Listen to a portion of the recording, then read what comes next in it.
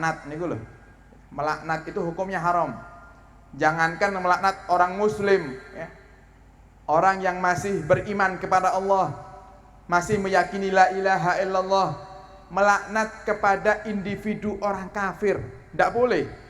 Satu orang kafir yang jenengan kenal, jenengan laknat, itu hukumnya tidak boleh. Kalau melaknat orang kafir secara keseluruhan yang mereka hendak menghancurkan Islam, masih diperbolehkan.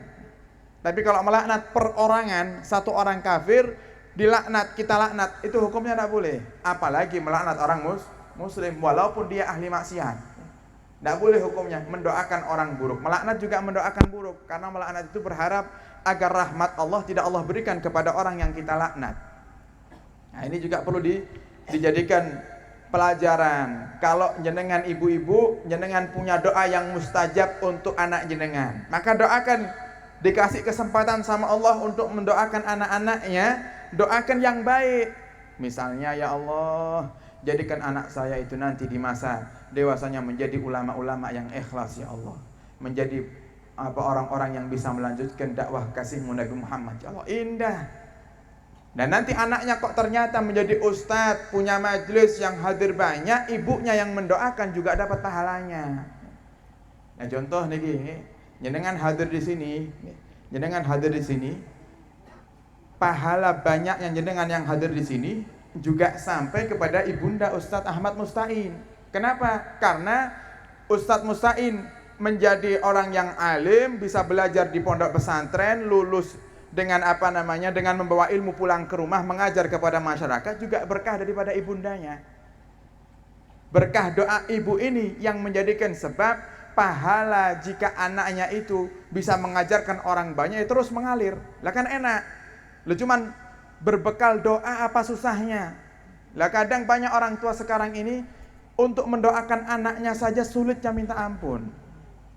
Makanya kalau jenengan ngelihat ada anak yang nakal, jangan disumpahi, jangan didoakan jelek, tapi didoakan, ya Allah berikan hidayah. Saya kepingin anak saya ini ya Allah berubah. Apalagi itu ibu, karena ibu punya senjata yang mustajab, doa yang mustajab, yang kalau sering ibu minta kepada Allah, Allah akan berikan. Jadi doa tadi, wa inni u'idzuha bika wa dzurriyyataha minasyaitonir rajim, itu dianjurkan untuk dibaca di telinga daripada bayi. Dan ini bisa diamalkan mungkin jenengan yang sudah dikasih anak sama Allah Subhanahu wa taala. Nanti pulang ke sini ngelihat anaknya tidur, jenengan bisiki. Wa inni u'idzuha bika wa dzurriyyataha minasyaitonir rajim. Kalau dibacakan doa ini di telinga anak kita, insya Allah anak kita akan dijauhkan dari godaan-godaan setan. Yang kedua, pendidikan yang perlu diperhatikan adalah masalah memperkenalkan anak itu dengan siapa yang menciptakan, yaitu Allah Subhanahu wa ta'ala. Mulai kapan dikenalkannya? Mulai kecil, jangan nunggu besar. Lah sekarang ini krisis pendidikan yang terjadi di keluarga kita adalah orang tua sudah tidak mau mendidik, malah jadi pelopor daripada rusaknya anak. Sudah ngajari anak tidak mau, anaknya malah dikasih HP.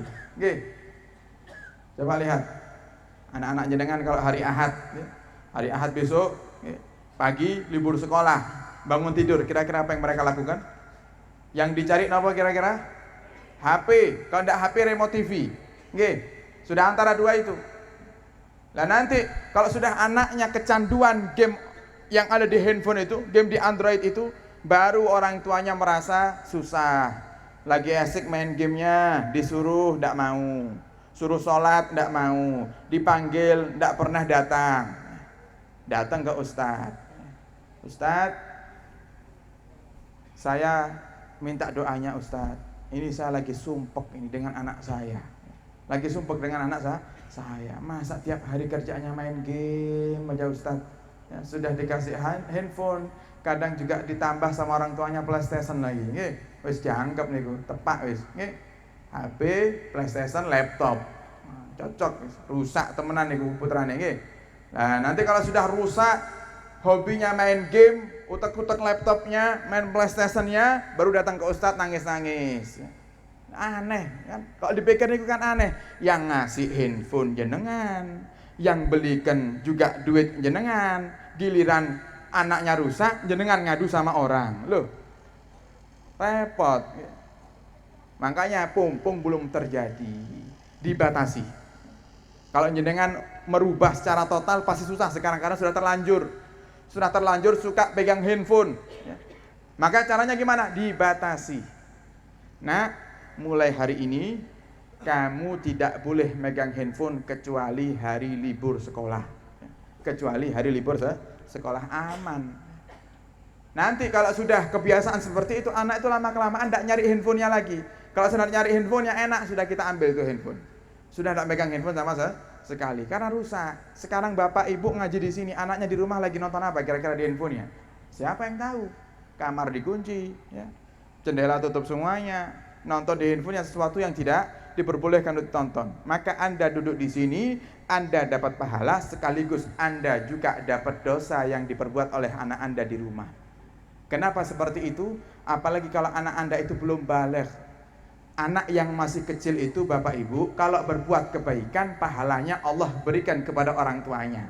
Kalau anak jenengan masih kecil-kecil kok bisa hadir di majelis, maka jenengan dapat pahala double. Jenengan dapat pahala hadir di majelis, kemudian jenengan juga dapat pahala anak jenengan hadir di majelis.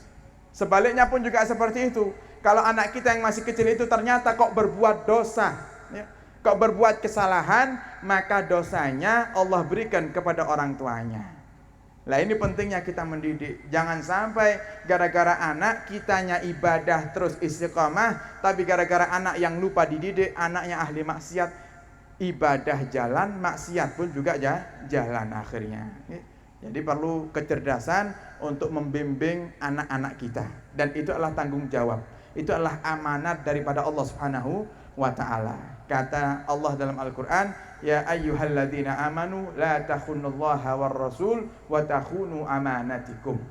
Wahai orang-orang yang beriman, jangan kau khianati Allah dan Rasul. Jangan kau berkhianat kepada Allah, jangan kau berkhianat kepada Rasulullah sallallahu alaihi wasallam, dan jangan kau khianati amanat yang sudah Allah titipkan kepadamu. Apa itu amanatnya? Anak diantaranya, dan banyak amanat-amanat yang lainnya. Diantaranya anak niku amanat. Terkadang dengan punya anak, orang tua itu bisa lebih dekat kepada surga.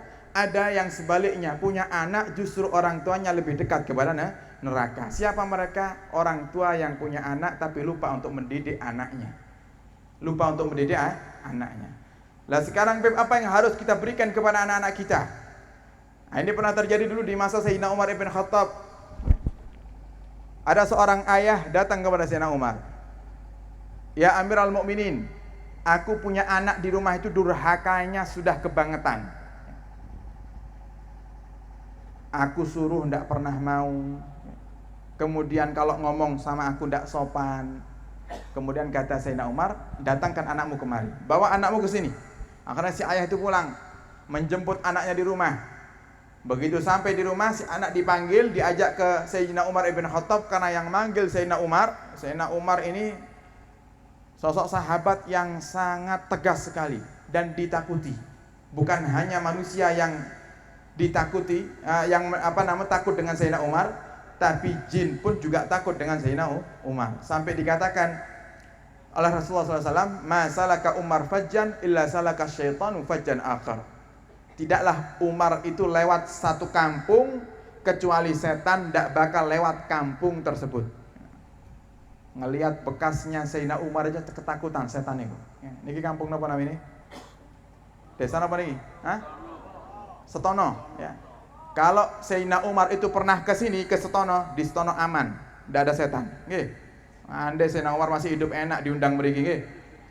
Enak sudah bebas kampung jenengan dari setan. Masalah ke Umar fajjan illa salaka syaitanu fajjan akhar. Tidaklah Sayyidina Umar itu lewat satu kampung kecuali setan tidak bakal berani lewat kampung itu. Saking takutnya setan sama Sayyidina Umar. Sehingga ketika anak ini dipanggil oleh Sayyidina Umar, mau tidak mau nurut dia. Karena Sayyidina Umar tegas. Begitu sampai di hadapan Sayyidina Umar berkata, "Wahai pemuda, kenapa kok kamu itu durhaka kepada ayahmu? Apa benar yang dikatakan oleh ayahmu? kamu itu suka berkata yang kasar kepada ayahmu, tidak nurut ketika diperintahkan. Kata si anak muda ini, iya, benar. Benar wahai Amirul Mukminin, aku ini memang anak yang durhaka kepada orang tuaku. Tapi sebelum kau nasihati aku, bolehkah aku bertanya terlebih dahulu? Kata Sayyidina Umar, silahkan. Kata si anak ini, adakah hak yang harus didapatkan oleh anak dari orang tuanya? Kata Sayyidina Umar, ada tentu. Ada hak-hak yang harus diberikan oleh orang tua untuk anaknya. Kata si pemuda ini, apa itu wahai Sayyidina Umar? Yang pertama adalah hendaknya seorang pemuda yang mau menikah memilihkan calon ibu bagi anaknya, yaitu perempuan yang solehah. Lah niki jenengan yang belum nikah niki nggih, jangan cuma pilih cantik. Kalau cantik paling 20 tahun pun hilang cantiknya. Nggih. Apalagi kadang perempuan-perempuan yang cantik itu yang tidak dibarengi dengan ilmu, cantiknya cantik ya. Cantik tembelan, nggih. Lah dipajang di media tok katanya cantik, begitu didekati masya Allah, nggih, kayak aspal wis bolong kabeh, nggih. Nah cantik berilmu, bagus niku. Kalau ndak adanya cuma orang yang berilmu, perempuan yang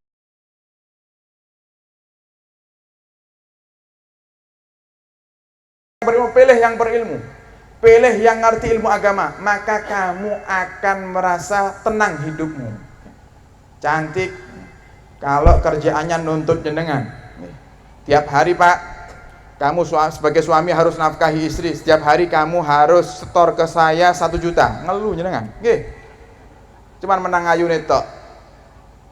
Coba kalau perempuan itu solihah, suamiku ingat ya, saya lebih betah menahan lapar daripada saya harus menahan sakitnya siksa neraka. Wah solihah nih nggih, solihah. Lah kadang karena tuntutan istri akhirnya suami bingung, pulang ke rumah yang harusnya rumah itu baiti jannati, kan gitu nggih, rumahku surgaku, niki mboten baiti nari, nggih, rumahku nerakaku.